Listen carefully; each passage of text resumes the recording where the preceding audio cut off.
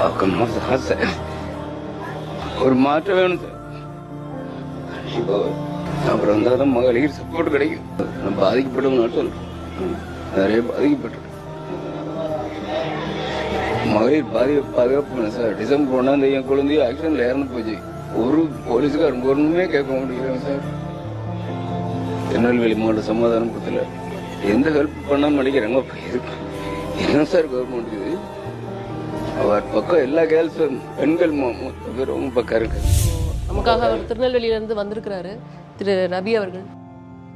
உட்காருங்க உட்காருங்க. விஜயமங்கலத்தில் பேட்டி கொடுத்ததுக்கு அப்புறம் தான் அந்த குழந்தை இறந்ததை பற்றி விசாரணை அது வரைக்கும் விசாரிக்க கூட இல்லை சார்.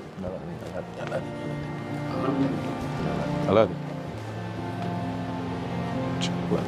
வேணாம் கொஸ்டின் அவர் பேச விடாது. அது வரைக்கும் யாருமே விசாரிக்கல சார். அதை நான் உங்களுக்கு கம்ப்ளைண்ட் இந்த பேட்டி கொடுத்தேன்ல சார். பேட்டி கொடுத்ததுக்கப்புறம் விஜய் சார் வந்து மாவட்ட நிர்வாகிக்கு சொல்லி, திருநெல்வேலி மாவட்ட நிர்வாகி அவங்க போய் பார்த்து அதுக்கப்புறம் தான் இந்த விசாரணைக்கு எடுத்திருக்காங்க சார். அப்போ நான் என்ன சொன்னேன், பெண்களுக்கு சுத்தமாக பாதுகாப்பு இல்லை. அந்த டைமில் கோயம்புத்தூரில் ஒரு இன்சிடென்ட் வந்தது இல்லை சார், தெரியும். அதனால தான் பெண்களுக்கு பாதுகாப்புனா மகளிர் போலீஸ் காவல் நிலையம் அதிகரிக்கப்பட வேண்டும். அதேமாதிரி இங்கே கொடுக்கக்கூடிய புகாரை உடனடியாக அவங்க பரிசீலிக்க வேணும். புகாரை வாங்கி அங்கே போட்டு அப்படி போகக்கூடாதுன்னு சொல்லிடுங்க. அதுக்கு வந்து விஜய் சார் ஆட்சிக்கு வந்தால் கண்டிப்பாக செய்வார், அந்த நம்பிக்கை இருக்குது. நாங்கள் கண்டிப்பாக ஜெயிக்க வைக்கிறோம்.